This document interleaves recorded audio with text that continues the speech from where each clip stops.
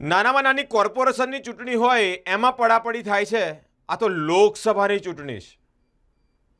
કોને કોને લોકસભાની ચૂંટણી લડવાનું મન ના થાય એ બહુ મોટો પ્રશ્નાર્થ છે. સેન્સ પ્રક્રિયા પૂર્ણ થઈ, અનેક પ્રદેશમાંથી નેતાઓ આવ્યા, સેન્સ પ્રક્રિયા લીધી. દર્શક મિત્રો, નામ આપીશું તો તમને પણ આશ્ચર્ય થશે કે આ લોકોને ચૂંટણી લડવી છે, અને એ પણ લોકસભાની. ઘણા બધા દિગ્ગજ નેતાઓએ દાવેદારી નોંધાવવાની ઈચ્છા વ્યક્ત કરી છે. ભારતીય જનતા પાર્ટી છે. વર્ષોથી આની કાર્ય પદ્ધતિ જોવા જઈએ તો ચકતા નામોને ક્યારે તેઓ અંધારામાં એટલે કે હવામાં ઉડાવી દે છે, ખબર નથી પડતી. જે લોકોના નામ ખરેખર ડિક્લેર થવાનું હોય એવું લાગે કે આવતીકાલે આમનું જ નામ ડિક્લેર થવાનું છે, અને એ નામ પર પાણી ફેરાઈ જાય અને કોક એવું કોથળામાંથી બિલાડું નીકળ્યું હોય એવું કોક નામ નીકળી જાય છે. દર્શક મિત્રો, સેન્સ પ્રક્રિયા પૂર્ણ થઈ, અનેક લોકોના નામ ચર્ચિત છે. હવે જે લોકોના નામ ચર્ચિત હશે એ લોકોને તો કેવા મનમાં ફુગ્ગા ફૂટતા હશે એ ભગવાન જાણે અને ભારતીય જનતા પાર્ટી જાણે.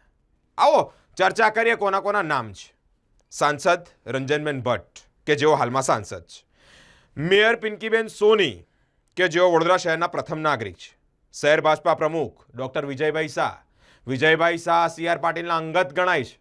વિજયભાઈ શાહની કાર્યપદ્ધતિ પણ માઇક્રો પ્લાનિંગની છે. સંગઠન કેવી રીતે જોડી રાખવું તે તેમને ખૂબ સારી રીતે આવડે છે. બાળકૃષ્ણ શુક્લ જેઓ વિધાનસભાના મુખ્ય દંડક છે.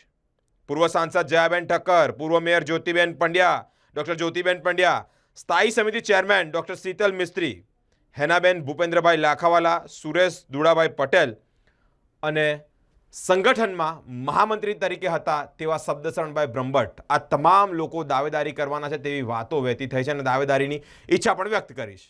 પરંતુ દર્શક મિત્રો, આ તમામ બાબતે કોના માટે ભગવાનને લાગણી હશે, કોના માટે ભારતીય જનતા પાર્ટીને લાગણી હશે, તે તો આવનારો સમય જ બતાવશે કે પાર્લામેન્ટરી બોર્ડ અને ભારતીય જનતા પાર્ટીની જે ઉપરની બેઠક છે એટલે કે ઉપરની જે લોબી છે, ઉપરની ટીમ છે, તે કોને સિતારો બનાવે છે.